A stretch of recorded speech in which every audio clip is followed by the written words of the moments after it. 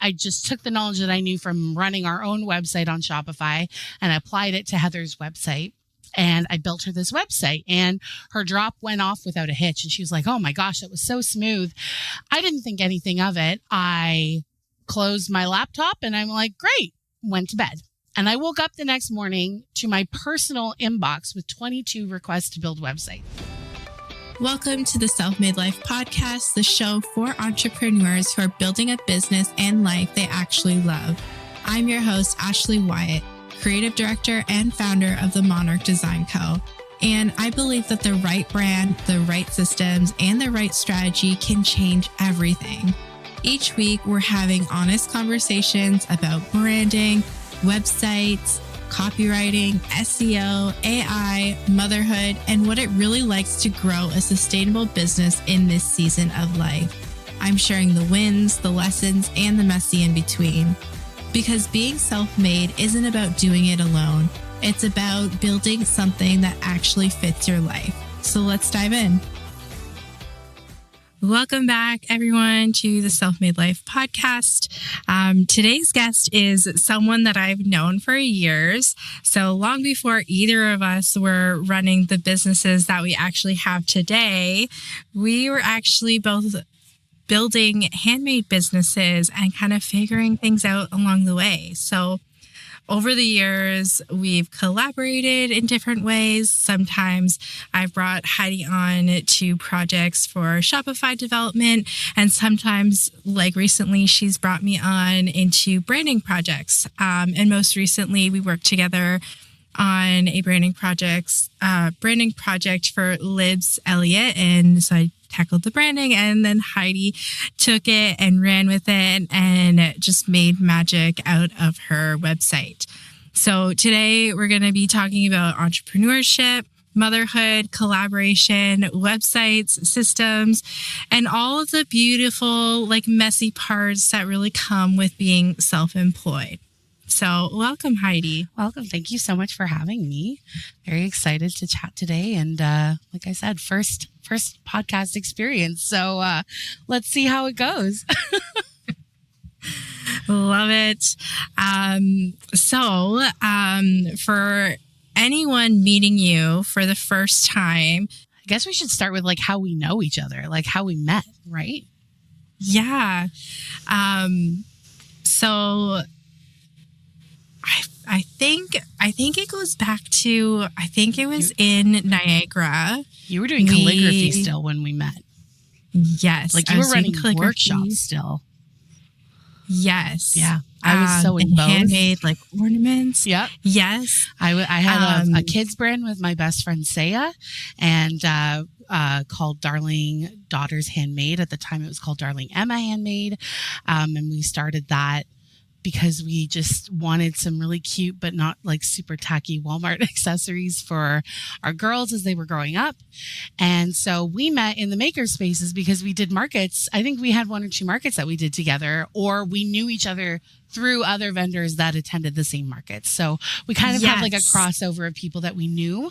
And then I think we'd met a couple times before that. And then you kind of went more graphic design direction. And I actually had a career as a teacher for a couple years, left that for COVID. And when I had my newborn and started doing this, and that's how we kind of reconnected. Yeah. Yeah. I love that. And that's the whole thing, right? About entrepreneurship. It's not a linear path, and things can shift and change. And of course, especially in this season of being a mom and juggling a business and, being there for your kiddos. And we're going to get into that more, but it's been a wild ride, and I know that it has been for you too. Yes. So before we jump into everything, I love kind of starting these episodes off with something called a boss or bust moment. So tell us, Heidi, do you have a boss or bust moment? Maybe something that went well this past week, or maybe something that didn't? Oh gosh. See, we're starting off on a Monday too that we're recording this. So my week is just getting started, and this might be like kind of low stakes for some people, but the fact that I am dressed and have makeup on is a real boss for me. Mondays are usually my day where I do the bare minimum. The bare as minimum. It was something that I learned from somebody that I worked with who was also an entrepreneur. And on Mondays, they said Mondays are my day to kind of just collect myself for the week, especially because they were also a parent. And by the time you finally get your kids out the door, you spent the whole weekend with them and you just need a minute to yourself. Usually Mondays are my day to kind of just be like, no one's touching me. The coffee is hot. I can collect myself. So usually I'm still in my pajamas right now. So the fact that I am up, I am dressed. I've already had a meeting today before this. I've signed paperwork. That's a pretty big boss for me on a Monday. I'll take that win. That's a big W for me. So, I love that. yeah, that's for an ADHD entrepreneur to be dressed and alive and awake by 1 p.m. on a Monday is pretty good for me. I'll take that. And in terms of a bust, I would say, right now, kind of in the background. And I think for most people, life is still happening, even though you're an entrepreneur. So, you have family stuff coming up. You've got sick kids right now. My grandfather he's getting older. He's kind of sick, and that's kind of had a domino effect within our family. So last week, some of my client plans to do client work kind of got busted. So this is a catch-up week for me.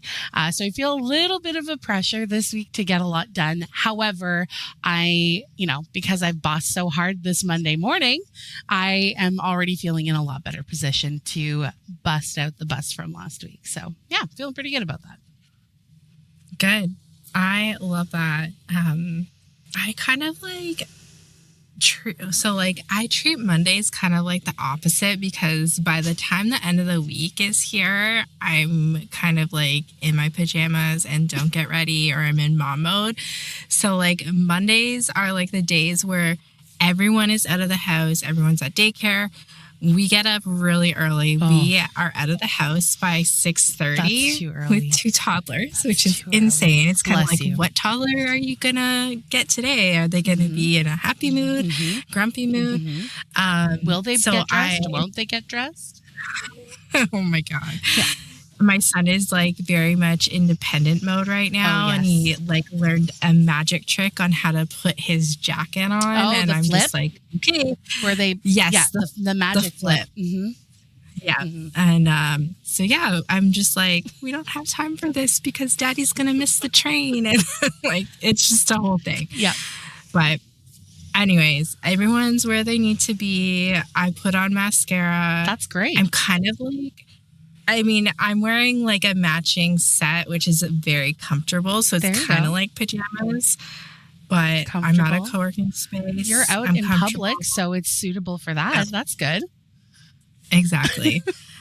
So that would be my boss. Mm-hmm. And then I think bust, we're just going through a bit of a hard season. Charlotte is teething pretty bad. She threw up in the car last week. Car throw up is Friday. Literally the worst, because if they're not aiming into something and they're young enough that they don't have that know-how, it's just there's no saving it. You're just great, I have a whole car to clean now. I'm just I'm so sorry, traumatized. Friend. Yes, I've been there. I've been there. I'm on the highway driving home on the 400, and she's yakking in the back, and I see it in the mirror, and Grayson's nothing there. you can do. Mommy. Were you also in the HOV lane at the same time going on the 400 with the cop behind you that also pulled you over? Because been there. Oh my God. Mm-hmm. I hope that they saw the throw up and were yes, ma'am, just go about your day. The kid had fallen asleep with the throw up, but the cop couldn't see another person in the vehicle at the time. So they pulled me over. It was a mom, and she felt so bad because I had just gotten my youngest to fall asleep. And so we had to stop the car because the cop pulled us over in the HOV lane, puke everywhere. And I'm she's you're having a day. I'm I'm having a day. She's you go. I'm like, okay, thanks. So I've been there. It's the worst. Yeah. Mm-hmm. So anyways, hopefully she stays at daycare. It's behind us. Hopefully it was just car sickness. Again. Yeah. I don't know. I hope so. Maybe like she got too much sun. I don't know. Is she still rear facing? Yeah. Sometimes it can be that too. Yeah. Yeah. Oh boy. The joys of motherhood, eh? I know. Just wait till they're old enough, and then you find all the other treasures they leave in the car that melt in the sun. And you're like, wow, that's so special. I love cleaning out the van. I'm like, we really need to like clean out the car. There's like yogurt everywhere. Oh, yeah. Goldfish. Like, yep. I don't even know. Do you do the dump of the seat and like, it's like sand, but it's goldfish and it just falls to the ground and you're like, that tracks. Yep. Yeah. Yep. Basically. Oh my goodness. But anyways, so I know that we're going to have some like tangents like going through this, just like both being moms of, you know, young kids. Your kids are school age now. I'm still pretty much in the thick of it. But for anyone meeting you for the first time, like tell us about who you are and what Endswell Studio does. Awesome. Okay, so let me introduce like who I am first before I introduce my studio. So I'm Heidi. I am I was a young mom. I've got 3 kids. They're all school age now. I have somebody turning a preteen this year. I'm not ready for that. Can't believe that I'll officially have been a parent for a decade in September. Like, what? Not prepared for that yet. She's almost as tall as me, and I give her another 3 years and she'll be stealing my shoes, and I'm not ready. Not ready for that. I am a big crafter. I love to read. My best friend's my husband. So like, I literally hang out with him all the time. Even if we're in the same room doing separate things, we do them together. So he'll be gaming. I'll be like having my headphones on, listening to an audiobook while like doing a craft or something on the couch beside him. We've got our dog who we love, who snuggles in our bed at night. Her name's Kuri, and she's just like this little fluff ball of pure energy. And we live kind of out in the country in Niagara. So a couple years ago, we moved here and we've got like this beautiful backyard. So kids are constantly covered in mud and grass and rolling outside, and definitely climbing too high on our jungle gym when I'm yelling out the window like, oh my gosh, please, I don't want to go to the ER today in the country hospital. But on a whole, it's really good. And I started this business because I actually started it by accident. So as Ashley mentioned, we knew each other beforehand because we were both in the maker space. And when COVID hit, my business partner and I at the time, we ran our business and we had to put a full pause on it. There was no way. We were at home with 3 kids. We didn't have enough support to try and make things that just didn't feel relevant in light of everything that was happening. So we just put a full pause on everything. But there was still like this need for things to sell, because now we were at home with, you know, CERB coming in and moms are like, okay, well, I've got all the necessities. Now mommy needs a new hair clip to keep her hair out of her face, or like, well, she's chasing kids down all day. And so what started as, you know, me helping out my friend Heather of Little Knot Co, who's still active today. She was on Etsy, and Etsy was just not designed to work for businesses that are scaling fast and have like drops. And so Heather was like, I think I really need to move to a website. And I was like, Heather, I've been maintaining our website for years. Like, we're on Shopify. I'd love to help you. Like, I'll just do it. Like, I know you need the help. This isn't working. Her last like 3 launches before that had crashed to the point where people were angry with her. And it's not her, there was nothing she could control, but she needed some assistance. So over the course of like a week, I set up a website for her. Very, very basic at the time. I didn't know a whole lot.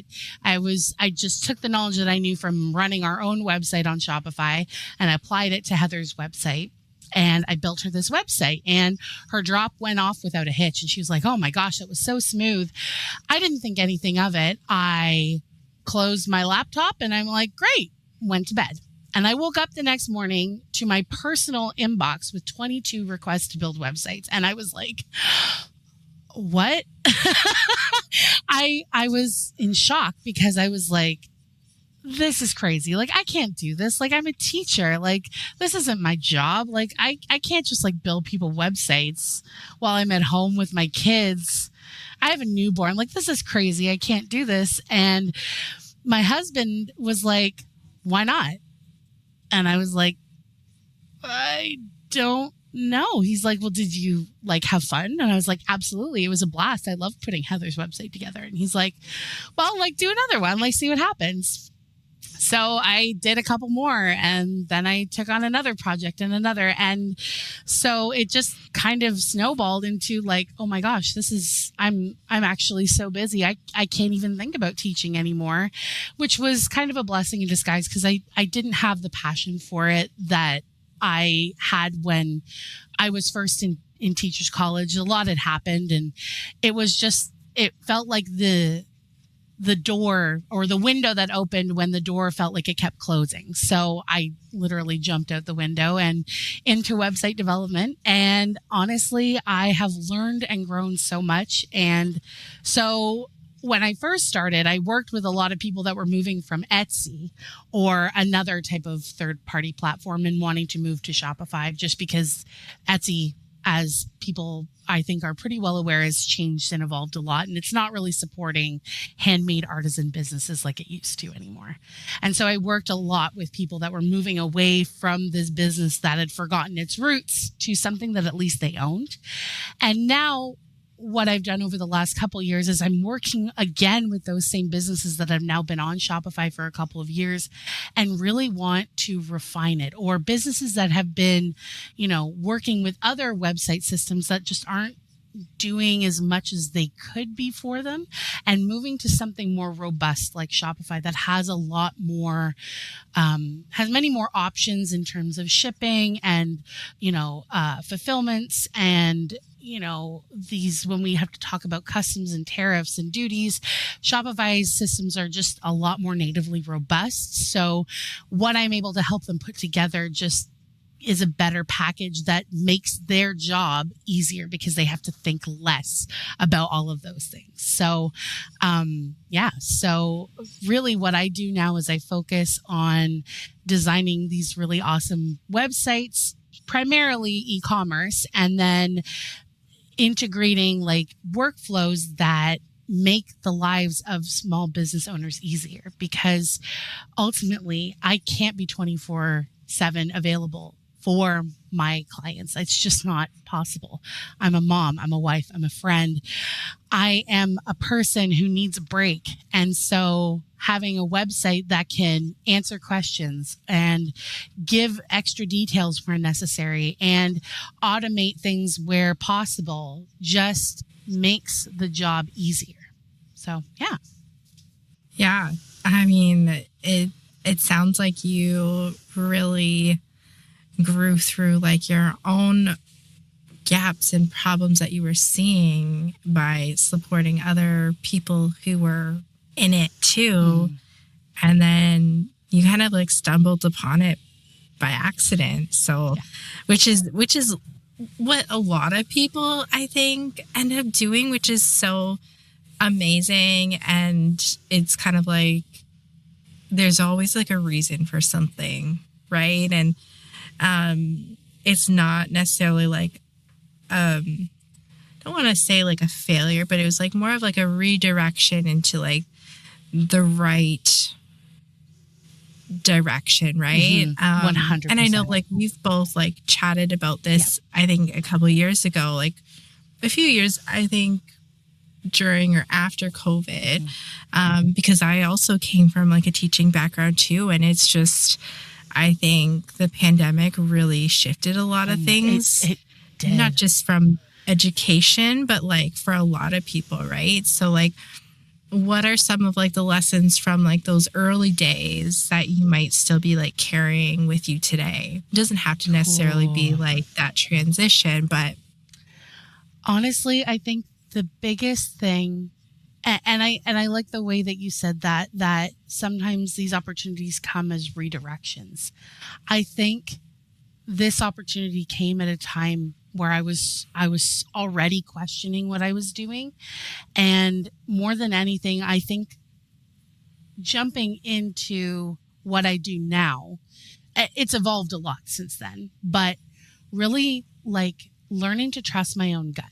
Like if something feels right, it's okay to lean into that. Like just because I should do what's expected of me doesn't mean that I have to do that. I grew up my whole life, honestly, since I was in grade 1, I remember telling people I was going to grow up and be a teacher one day.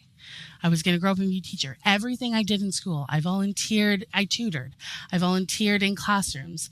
I did extra, work after when I was in teachers college to get better recommendations from principals. I did all of this work with like I told people I'm going to be a teacher. And so that's what I'm going to do. And the closer and closer I got to that goal, the less sure I became of it. But by that point, I felt like I was in too deep to say no. And I think if I could go back and give myself the advice years prior, I would say, you don't have to do what's expected. It's okay to pause and reflect and to lean into things that bring you joy. And I think saying yes to these opportunities and yes to being an entrepreneur has been the biggest source of joy in my life and has brought me so many incredible opportunities, connections with people that I otherwise never would have met. Just these incredible, inspirational people that push me to be a better person, but also have creatively pushed me to do better work, which just gets me even more excited for the next project and the next client. So like even the work that we did with Libs, I can honestly say like that is probably my favorite website today. And I say that about every website every time I launch it, but creatively and even like meticulously, like the detail that went into that website alone is probably the most detail I put into any website ever because I felt creatively challenged to do so. And I was inspired and encouraged by my client to be that way. And so I never had that when I was teaching, not in that way. And it just brings me so much fulfillment and so much joy to do that.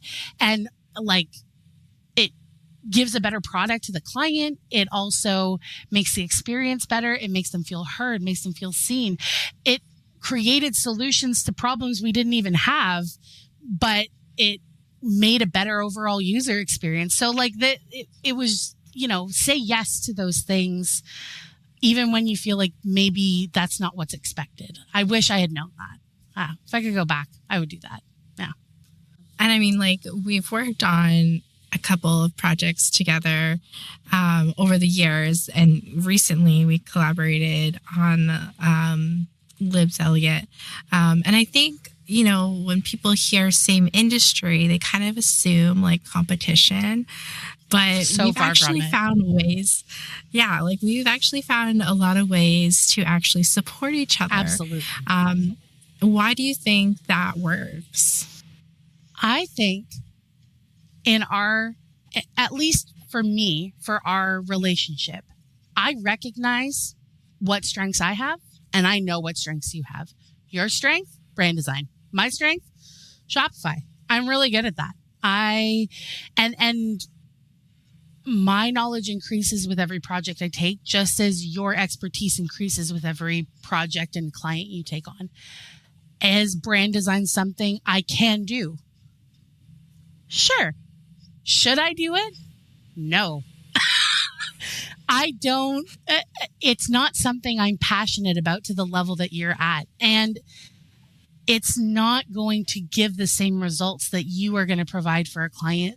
Whereas if you're doing a Shopify project, and when you brought me in for Shopify projects, I'm able to give perspective that otherwise you might not have even realized. Like, oh, I didn't even realize that the setup for having, this element or that element required X, Y, or Z. That's right. And honestly, until I learned how to do it that way, you wouldn't have known either. Or I wouldn't have known either. So I think that the reason why us working together works so well is because we respect the strength that the other person has. And at the end of the day, together, because we listen to each other and we respect the strength of the other creative, we then are able to provide a solution for clients that goes above and beyond what they're actually needing. Like, I'm able to help tell Libs Elliott's story with more clarity because of just how clear and well-designed the branding was done by you. Like, the website wouldn't look as good if I didn't have that very clear creative direction. And a really good example of that, if anyone's listening and goes to Libs Elliott's websites, would be her travel tours page. I literally custom coded a section that is a scrapbook page, but the art direction of that was partly because of the work that you did with her branding. If I didn't have that as a base, it wouldn't look as awesome as it does. And that's why we really complement each other, and why working together with other creatives in the industry is so, I think, important for growth, but also to provide a better service for the people that we work for, right? Like, can I do it? Sure. Should I do it? No. And that's okay. And I'm okay with admitting that, because at the end of the day, my strength doesn't lie in telling the story in that way. My strength lies in having the pieces that you help bring together and then articulating that through their e-commerce platform. That's my strength. And not just telling that story, but helping the client through that journey to then actually make a purchase. And so I see how we work together, and I have never, ever felt competition with you. Not even once. Nope. Not even once. What if your brand and website actually did the heavy lifting for you? That's exactly what happens inside the Monarch experience. My signature blend of brand strategy, show it web design, SEO, and ongoing support.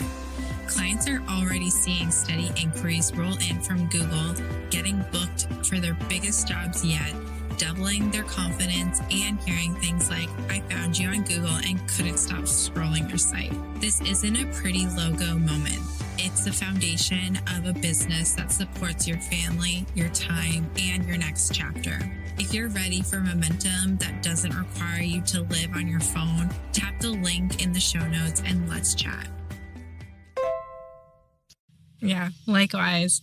And, I think that's just it, right? Like, working together for a common goal to support like the client and ultimately what's best for them to get them from like their struggles of where they are now, of not having brand clarity, needing a better online platform, and then coming out of that through the other side with something like super solid, working together with two experts in their specific niches. And just, I don't know, I've always been a really firm believer of like collaboration over competition. And I even try to iterate this within my own team too, because I see what other people's strengths are. I know what my strengths are. I know what my weaknesses are, and like vice versa, right? And it's all about lifting each other up for the betterment of the client and that overall project. So do you think that entrepreneurs underestimate how much easier business actually becomes when they stop trying to do everything themselves? Oh, yeah. 100%. And I think that when we work with other people to fill in those gaps where maybe we don't have as strong of skill sets, it's it's really just taking another thing off of my plate. Like truly, like, could I do the branding? Do I have the tools? Yes. Do I have the understanding? Sure. But do I have the years of expertise, of marketing experience, of like actual labor of building brands day in and day out? No, I don't have that. And me trying to make up that experience is only going to provide what's a good way to put this? It's not going to provide what the client actually needs in the long run. Whereas you're looking at the whole picture, just like I do, but you're looking at it from a different perspective. You're looking at it from the design perspective, as well as making sure that their audience is already attracted to this brand. Whereas instead of me having to help them figure out what that audience is, the branding itself already does that. I'm just then taking those pieces and putting it into a format that makes it more approachable for them to actually convert on their websites. So, yeah, definitely working with people in your industry, even if it's something you can do. Like, for example, I know you also do Squarespace. I do Squarespace, but do we do the same types of projects? Probably not. And that's okay, because we'll have different levels of expertise depending on, I probably lean more towards the e-commerce side of Squarespace, whereas you've probably worked more with service-based businesses. And that's okay, because if I ever have a service-based question, I'll be like, actually, like, I'm really struggling, or, I want to implement XYZ. Could you provide maybe like an example for me? Or, hey, Heidi, I'm, a client is interested in having a store aspect on their Squarespace site. Do you think this would be a good fit for them? Why? And if so, what would be the best way to go about that? And so I think that, although we both offer the Squarespace, we're not offering it in the same capacity. So I think that there's enough room for both of us here, and enough room for everybody to lend their expertise with the experience that they have. 100%. I would say like 90% of like the clients we work with are service-based, and like the 10% that aren't, I'm always happy to either bring you on for collaboration or, send them your way, because I know that would be the best possible solution for them and the client. Same with branding. So speaking about... Oh, sorry. I was going to say same with branding for me. Like, no, like, here, you can take that. That's all for you. Enjoy. Yeah. Give me the lovely pieces of all the puzzle when it's done, and I will put it into the puzzle. You do the edge pieces, I'll do the inside. How about that? This sounds like a plan. Speaking of like taking things off your plate, I love like within your messaging, because like we both do like websites, we both understand the power of using your website as a tool, and essentially as like a team member working for you 24/7 behind the scenes, instead of just another thing to like put up there. Can you explain what that means from a product business standpoint? That's a really great question. So for a product-based business, let me think of an example. So I think something to keep in mind when we're thinking about product-based businesses, especially product-based businesses that are on Shopify, is more often than not, they also have a brick and mortar store. So their website is not just for, just people making purchases online. This is also how they advertise their physical location. A really good example would be like Sugar House Ceramic Co. They're shout out to Brett and Natasha. They're some of my original clients that I've had for years. They have a pottery business, and they make these beautiful bespoke handmade collections in Nova Scotia, and they have a brick and mortar location. And at that brick and mortar location, so they have to have that on their website first and foremost, but they also offer workshops.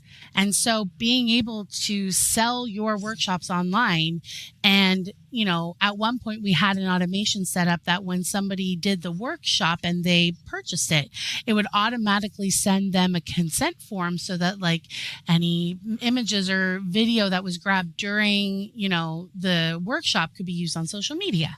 So like those automations, those save business owners time. It's just one less thing that I have to print and remember the day of, because it's just done automatically and I just file it away, right? They also offer an online video course that they have for making palettes. And so because of that, we have to have a base location for that, right? I can't just, there's a lot of different platforms that you can host it on, but the more traffic that we generate directly to their website, the better chances are that it's going to be picked up by search engines. So as much as possible, we host on their website. And so their actual video is broken into sections and available on a portal that is only accessible when purchased. And that's a whole workflow that people are sent the link to once they've made that purchase. But that workflow is all automated because we don't want Brett or Natasha to have to physically send an email, a link, or a PDF to somebody to explain how it works. This is where having, a product-based business, but having a website is so important, because when we have these products or these services that these product-based businesses are also offering, we need to have a way to communicate the details of that and also share the information and have a place where people can see everything, right? I have to have a home base. And I think you also use that also in your messaging. It really is your home base. This is where people find you. This is where they get their initial impression of you and your business. And so being able to see the details of, a product or a made to order product and understanding how that process works, or being able to fill out a customization form for an embroidered sweater, we need to have a spot for that to go, so that we're not having to deal with the physicality of forms or back and forth email messaging, whereas we could just have one streamlined process, right? Yeah. It just saves so much time and so much time.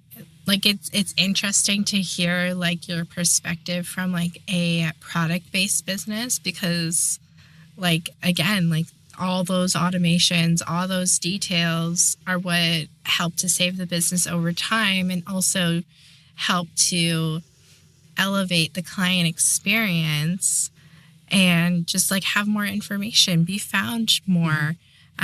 From a service-based business perspective, it helps to save time through FAQs or different service offerings, just helping to collapse that relationship and really just give more info, so that there's less back and forth DMs. I don't know how people do this, but there's some businesses that I see on Instagram where they're just relying on DM communications to order or shop or work together, and I'm just how do you have the time to do that? So yes, I definitely think investing in your website is a must, especially for 2026 and beyond. Absolutely. But also it just saves you so much time, makes you look more legitimate and professional, and helps to deliver that traffic to you too, so that you can in turn be found. Absolutely. And at the end of the day, knowing that at least you have one home base in place where people can find you and your information, that is essentially the 24/7, 365 assistant, right? My website, as long as the domain is active and there isn't a shutdown of the domain, there is always going to be information available about my business that somebody can get at any point, at any time, at any day. And that is why we have these things that we put into place. So that way it is clearer how people can get connected with us, how they can communicate, what they can access from us, how we can help them. And that goes for service and product-based businesses alike, right? Because at the end of the day, we're still providing something to somebody for something. So, yeah. Yeah, essentially like your website is working for you in the background, right? Especially if like you're a mom and like you're doing, all the things that like business owners do, like, like I always joke that I have to like find like these like pockets of time while I'm like, juggling kids and doing the business stuff and managing the team.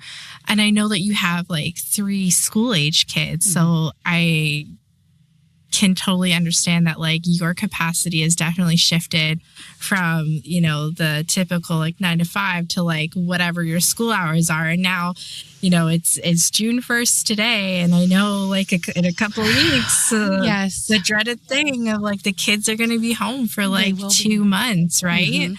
So like, how do you find that like sweet spot between being a present parent while juggling your business? Like, what does that look like for your day-to-day life? And like, it's a loaded question. It is a loaded question. So I think what I have learned is flexibility is the name of the game. I like to set guidelines for myself personally and do my best to adhere to them. Is it always possible? No. Do I always have the spoons or the energy to stick to that schedule? Not always. But some ways that I do that are, like I said, Mondays, I don't book meetings. Mondays are my day of rest, of kind of reorienting myself to go forward with the week ahead. I don't even book like medical appointments. Mondays are my day. That's my day. And I used to work Monday to Friday and on the weekend, but realistically, I was so burnt out when I did that. So Mondays, I don't work anymore. The other thing is I try to be mindful of my hours. So I tentatively set my hours from 10 to 4. But if I get a call, as you do, from my kid's school about, 11 a.m., and they're like, Henry's sick. His stomach hurts. I'm like, great. Okay. Thankfully, I have a couple of options and I'm very fortunate. So first of all, the school is literally around the corner. From where we live. It's a country school. It's very quiet. Everyone's on a first name basis. So I'll just like walk in. I'm like, which kid is it today? Oh, it's 3 of them. Okay, great. So we take all of them. My husband and I both work from home. So that is also, it does give me some flexibility. He's not like so busy that he's tied to his chair. So if I have meetings scheduled for the day that can't be rescheduled, there is another parent here. The other bonus that I do have, and I never thought this would be my situation, but it is, and shout out to the people like me who live in multifamily homes. My mother-in-law moved in with us when we bought this house 3 years ago. And I know some people are like, your mother-in-law. Honestly, my mother-in-law is the best ever. I love her. I call her my laundry fairy. She's currently folding a mountain of laundry downstairs, and I'm very grateful. She cleans. She will empty the dishwasher. She will make sure that the kids have their stuff on in the morning. She'll sometimes get them on the bus, although my oldest is starting to enjoy the freedom of getting them on the bus, and then she'll make sure they get off the bus at the end of the day. And because we're on a main road, it's like right at the end of our driveway. It's not like we have to go anywhere. And so, I have some flexibility, whereas if I have a full day, I do have 2 other parental figures here in my house that I can refer to. However, what often happens is, Mom, I want Mom. I'm sick. And then I've got a kid glued to my chest, or like in that uncomfortable position right under your armpit. And you're like, great. Like, let's snuggle. And so then, this is where having clients who are really aligned and also understanding and a flexible schedule is important. if for whatever reason I have a sick kid home and all they want is mom, I am very grateful that at this season of my life, with the current clients that I have and, the way that I've structured my work, if I needed to be off for the rest of today, that's not the end of my world. I can work in the evening once my kids go to bed, and I have a separate office where I can come in, put on my noise canceling headphones and pretend everybody doesn't exist. So I'm very fortunate for that. And I also I understand that sometimes you just need to snuggle with your mom. And not even just my kids, but some days, I have my own health things that have been going on in the background. And some days I need a day. I've been dealing with migraines on and off for the last couple of years, and they've increased. So knowing that some days I literally can't be near a screen and I have to take the afternoon off and literally close my eyes, and there's nothing else that will get rid of it. So having that flexibility has been very wonderful, because if I was at a standard 9-to-5 job, I wouldn't have that. And I would literally be working through the pain. So working with people that understand flexibility, and also knowing my own limits and being mindful of my work days being Tuesday to Friday, but also sometimes on Monday, it happens. And then sometimes on the weekend, I think you'll also get it. Sometimes you'll just be like, I'm inspired.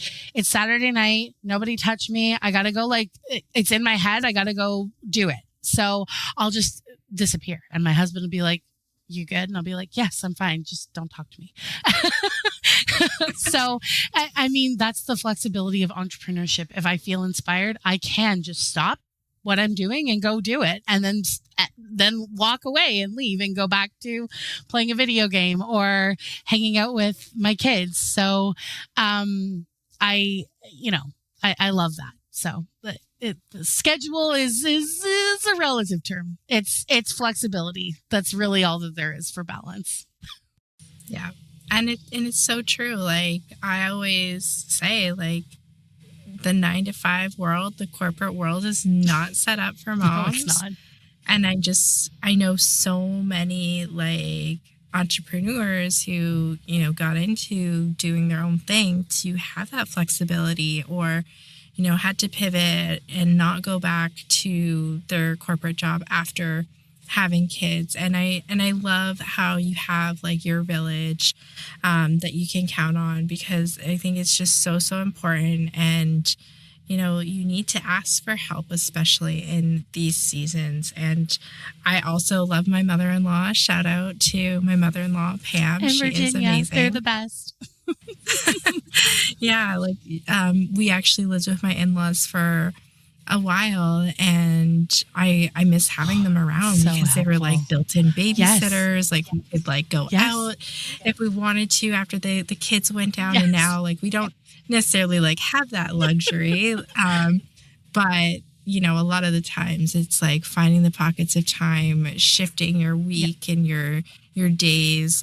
If I have a sick kiddo home, I'll just work in the evenings, or Tane works from home a couple days a week. He's pretty hybrid right now, and he has that flexibility. So he was home with Charlotte on Friday. Well, I got some work stuff out. And the thing is, what we do, it's not a life or death situation. No. We're doing websites, and things can wait. And I think, what you said, in aligning yourself with the right clients to, obviously you're not taking advantage of it, but they understand, because they're human too, and likely a mom or a parent or a caregiver, and understand that. So I think that's really important too. And it's that's the whole reason why we do what we do, is to support and build something to help other entrepreneurs support that flexibility and livelihood. So it really just like comes full circle. It right? really does. And honestly, you're in the thick of it right now. You've got toddlers. It's a hard age. When my kids were toddlers, and we have our two kids that were back to back. We're babies. Okay, now we have toddlers. Okay, now we have a newborn and toddlers. Oh my gosh. And the one toddler got up at 4 a.m. every day. And that's when your day started. And you were just constantly tired. My parents would be like, we'll sleep when we're dead.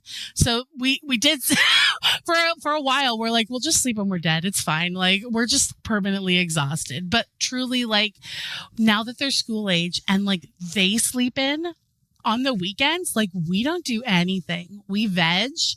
Mom and dad sleep in. They don't talk to us till at least 9 a.m. Like, oh, you're getting there. You'll be there one day. And it's beautiful. They get their own food. They don't ask. Mind you, they'll still knock on the door and be like, can I have a snack? And we're like, it is literally 8 a.m. Like, go eat something. Like, go, bye, go, shoot. But you're in the thick of it right now. It won't always be where they need every single moment of your attention, and you'll miss those days. But on the other hand, you'll be like, oh, thank goodness. Like, I don't have to open my 6th fruit stack of the day. Yeah.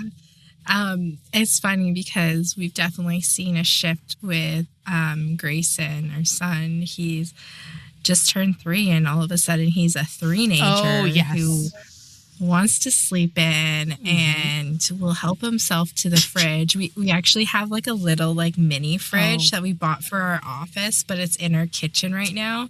And he's basically just like claimed it's now claimed as his snack fridge. So it's like, help yourself to the snacks. Gosh, that's so funny. I mean, I've always been the parent where we've always set up like a snack corner, because it drove me nuts. Like, when I was a kid, my parents had like a section of snacks where like we always had to ask. And sometimes you're just hungry and like kids just want to eat. And so the rule of thumb is, if it's in the snack cupboard, and it provided you haven't had 5 of the same snack today, it's fair game. You want a snack section? Go for it. So even when we have like friends and their kids over, they know if it's in the snack section, like, don't ask me, just eat it and go away. Like, just eat it and leave. That's fine. Like, we're doing adult time. You guys have your kid time. You can eat the snack wherever you want. That's fine. Just take the snack and go. It's good. It's fine. Yeah. So snack cupboard is for the win. Snack bucket, done that too. Whatever works. Yeah. Yep. I love that. The snack fridge is good. Well, that's good. Yeah. Before we kind of like wrap up, I, love ending these episodes with a little rapid fire, this or that. So I'm going to say 2 things, and, just let me know which one is more aligned. Sounds Ready? Good. Coffee or tea? Oh, coffee, hands down. Shopify or Squarespace? Use case. It's really use case dependent. That I'm going to say that it's use case dependent. Okay. It really depends on how you're going to use it. One business tool that you couldn't live without. Ooh. Okay. It's the one that I dislike the most, but I need is my email. I don't love reading emails, and I'm the worst for opening an email and mentally replying to it or drafting it. And then I just don't hit the send button. But obviously, like, we need an email. So I email for sure, but I don't like it. I think you need Fixer. Have you heard of Fixer? I've heard of it, but it's still like, I don't know. We'll see. I'll have to try it maybe, but I just don't like email. If I could just delete email entirely and not have to email anybody ever again in my whole life, that would be too soon. That would be great.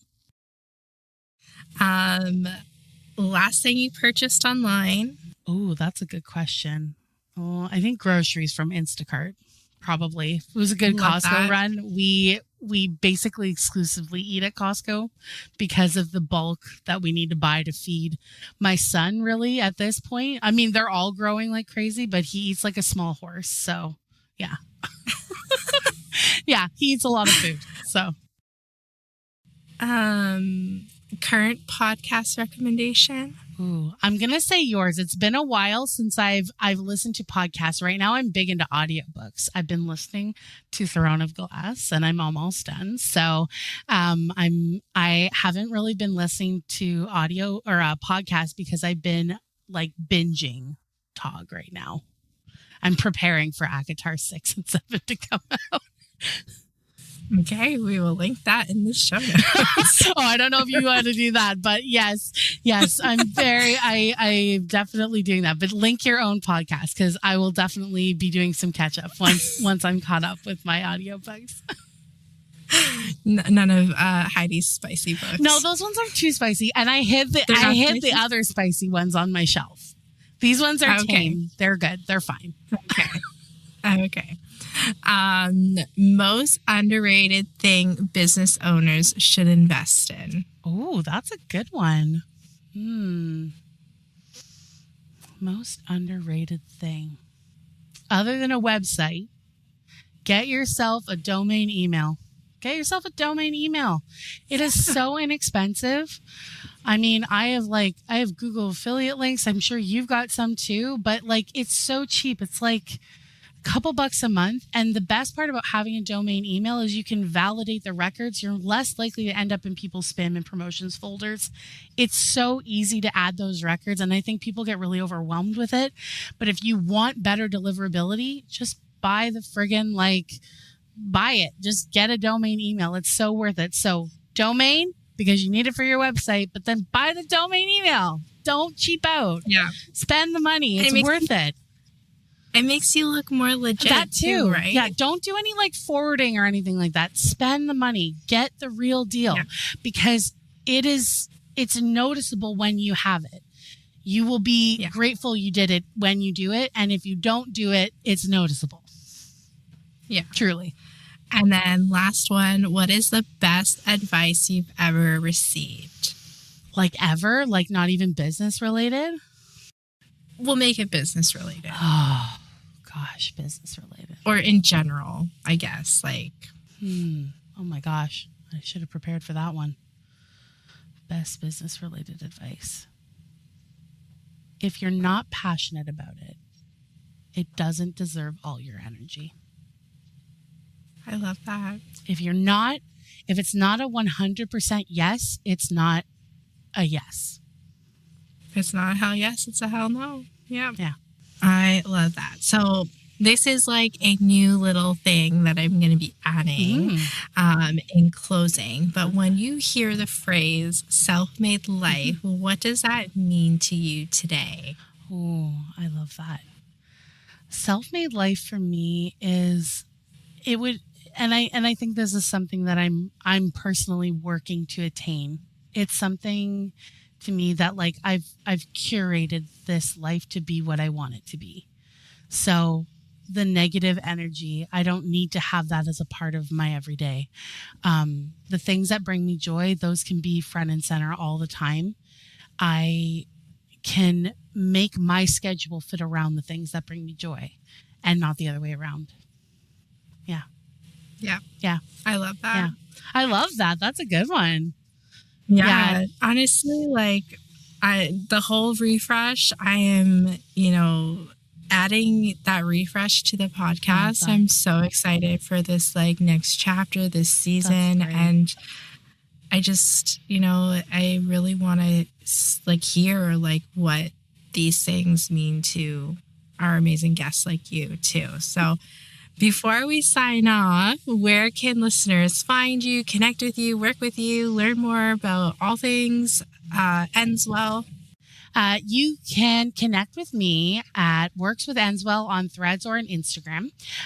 Threads is basically just unfiltered. So sorry about that in advance, but it's great. And Instagram, very, very rarely posting. I'm not a huge social media person. The best way to connect with me would be through my website, through the contact form.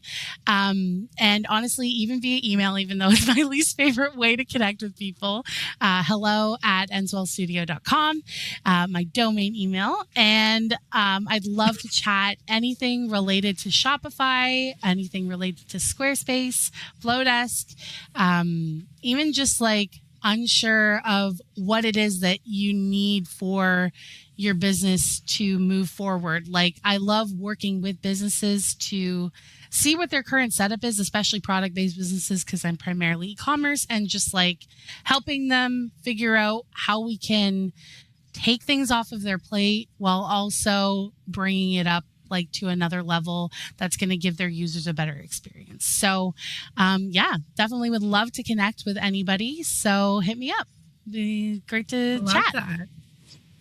Yeah, we will link all of that in the show notes. So definitely check it out. Give Heidi a follow. I know, it's a tongue tie. It's okay. And yeah, thanks so much for joining us today. And we hope you enjoyed this episode. Until next week, see you guys later. Thanks for having me. Bye. Thanks so much for hanging out with me today on the Self-Made Life podcast. If you loved this episode, share it with a friend, leave a review, or hit follow so that you never miss an episode. Want to work together or grab some free resources? You can always find me over at www.themonarchdesign.co/podcast. Until next time, keep dreaming, keep building, and go create your self-made life. This podcast is produced, mixed, and edited by Cardinal Studio. For more information about how to start your own podcast, please visit www.cardinalstudio.co or email Mike at mike@cardinalstudio.co. You can also find the details in the show notes.